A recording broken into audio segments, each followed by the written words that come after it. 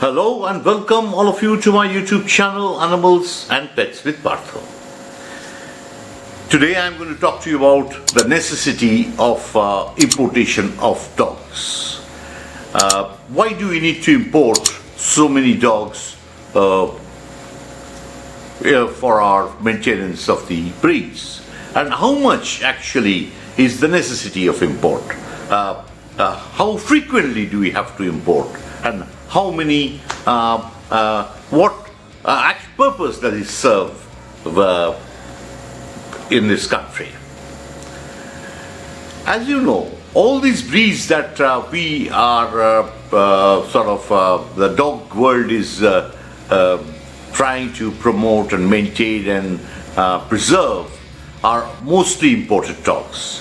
There are hardly any Indian breeds that are approved internationally or really popular worldwide. It is unfortunate that we have not been able to achieve that so far. It is not only the approval of the breeds, but also to make these breeds popular. India has failed in this very miserably. And we have failed because our dog world have been very disunited. And all these small kennel clubs that actually operated did not consider taking into the confidence of all the dog lovers and the participation of all the dog lovers from across this country. This country, as you know, is one of the two most populous countries in the world. And rightly so, this is one of the oldest dog game countries in the world. Because for hundreds of years, the British ruled India. And in those years, the British started their kennel clubs, their greyhound racing grounds, and everything.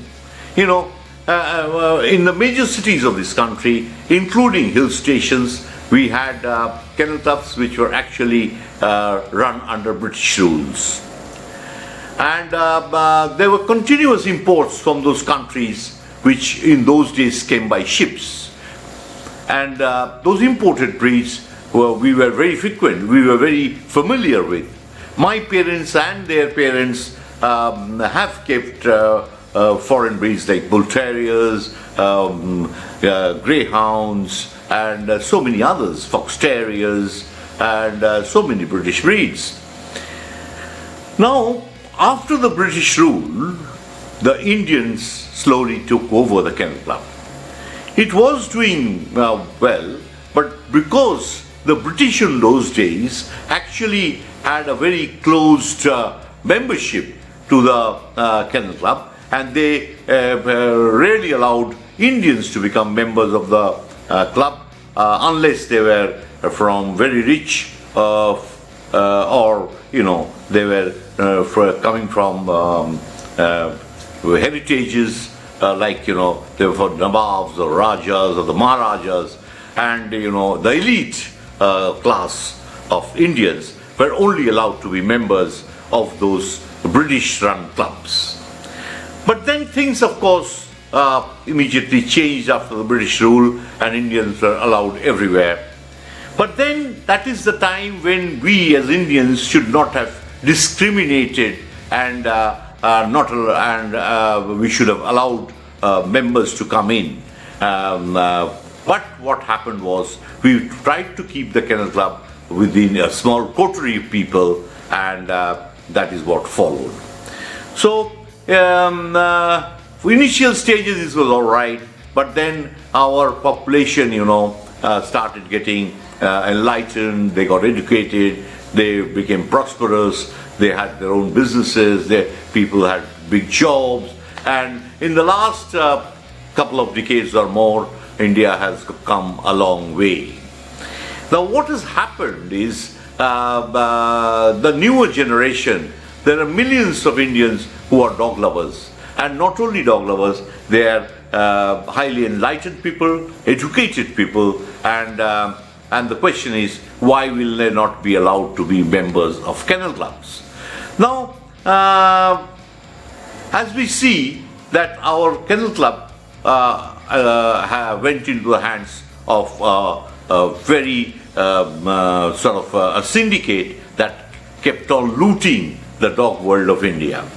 They exploited the dog world, and the very time when the dog world had a boom, and the purebred dog population just exploded. There were hundreds and thousands of imports that kept on coming in, and at that time, what happened was the syndicate was busy how to garner this and actually make money for themselves. So what they did not want to expand the kennel club or the membership base of the kennel club across the length and breadth of this vast country.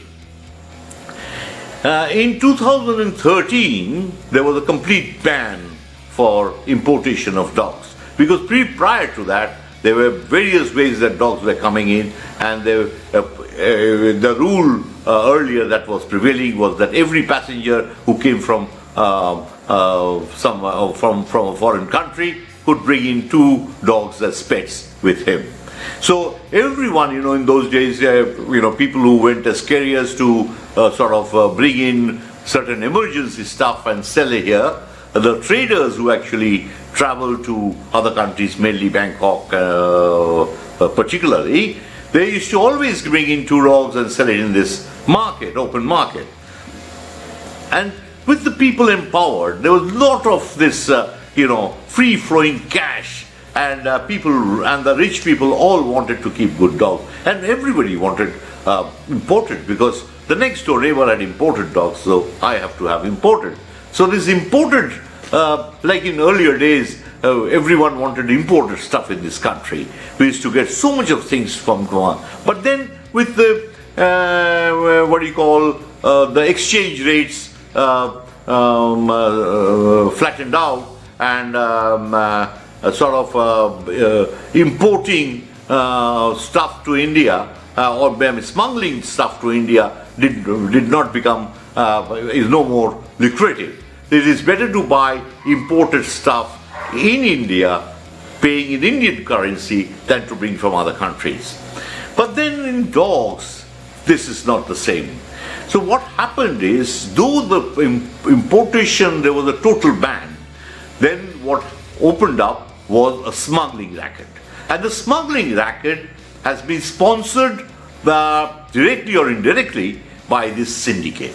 Because unless you add value, or the papers of the imported dogs are recognized, the dog will not fetch marketable value in this country, and it will lose its pedigree. So what happens is, the dogs that came in, though the government totally still has a ban on it, this syndicate started, nearly for the last 10 years, they've been stamping them as imported, as if they are official government authority to stamp them and mark them as imported dogs. Thereby, they are acknowledging and adding value to the imported pedigrees. And the smugglers who are bringing in dogs across the borders of Nepal, Bangladesh and Myanmar are coming in with the expectation that they would be certified as imported. So once a government organization, not government, Indian organization stamp them as imported, so the impression goes out to the world, that it must be approved. If it was not approved, how dare a private organization or just a syndicate would categorize dogs or approve of dogs as imported if it was totally legal.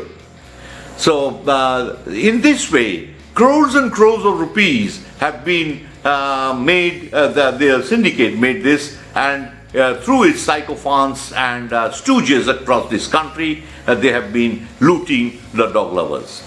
Now, the necessity. What is the necessity of all these imports? Yes. See, that there is a necessity for imports, but not thousands and thousands of dogs. Means, I can tell you, it is innumerable. Every day people are busy, smugglers are busy getting in dogs. But nowadays, most of the dogs are not being registered. But sort of 5-10% dogs, of course, are being registered, who are high-value dogs and who are not rare breeds, but are, the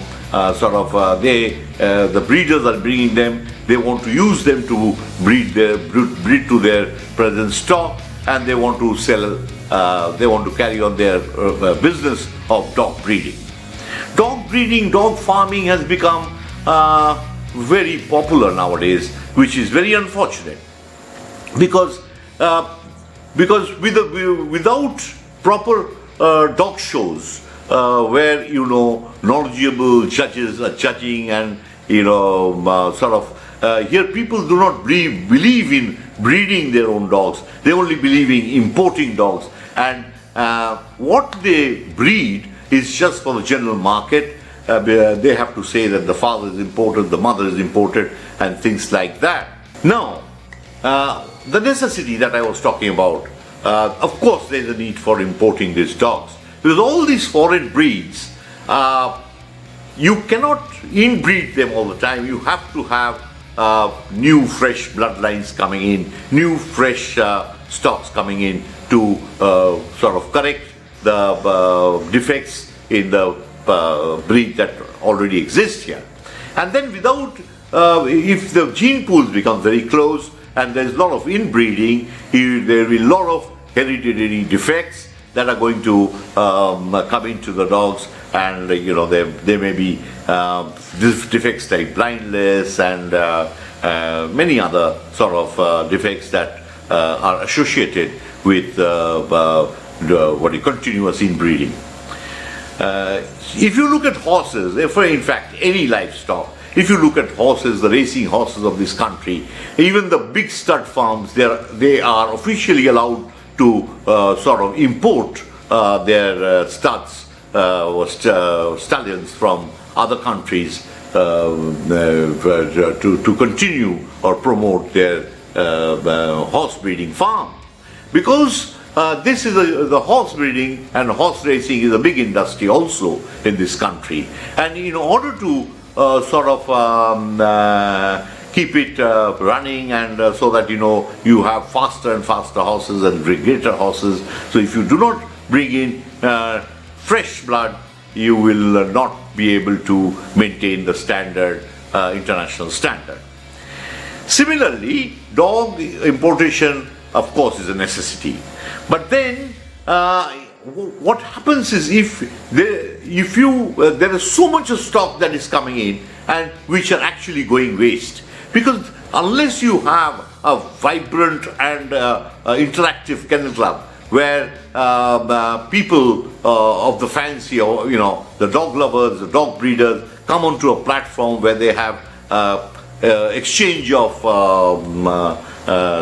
they communicate with each other, and the closer they come, they'll be able to use each other, will be able to use their stocks, and so the best dogs, the idea of dog shows, if it was done in a proper manner, is to promote dogs that would breed better dogs, and but that is not happening.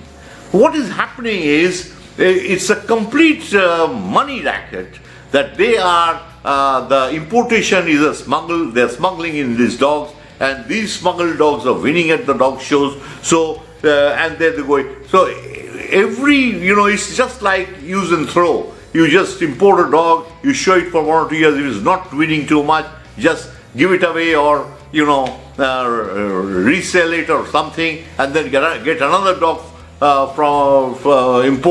smuggle another dog, and then it goes on and goes on. So this smuggling is really unchecked in this country at the moment. But it is very easy to track back all the culprits who have been involved, the syndicate mainly, who have been promoting, have all the records, at least of the people who have registered their dogs as imported and they have stamped them, and the papers have been issued. Once that is checked and once they are taken into account, then there are crores of rupees of revenue that can come back to our country, that we can claim to be, the administration can claim that how are you marking them as imported when they're all smuggled, because they have no documentation as to how they entered this country. So if we were an organized lot, I am sure we could have asked the government, and if we were a huge family of dog lovers and breeders, and instead of being fragmented, and if we had approached our administration and explained the necessity of imports to sustain this sport of dogs, purebred dogs, I am sure we could have been given permission on a restricted basis. But then that nothing has been done on that account. It is just people are marketing dogs now through social media, with WhatsApp groups and Facebook and all the rest. So it's just pedigrees and this and that, whatever, and that is how it's being done. It's actually it's very unhealthy, the manner in which our dog game has been neglected and not been taken care of and not been channelized, because this huge country with so much of potential needs really unified dog world, a platform where all dog lovers can come together and do good for the breeding of these dogs. And so we will not be requiring so much of imported dogs to come in. We will be able to breed better dogs than what we are importing now, and we will be in a position to even export to other countries if our breeders know the subject and try to breed instead of importing. Thank you, and with these words, we must end smuggling, we must import officially, and with that I end tonight, but I will request all of you to please subscribe to my channel and also press the bell button, and then like and share with all animals and dog loving friends. Thank you and bye.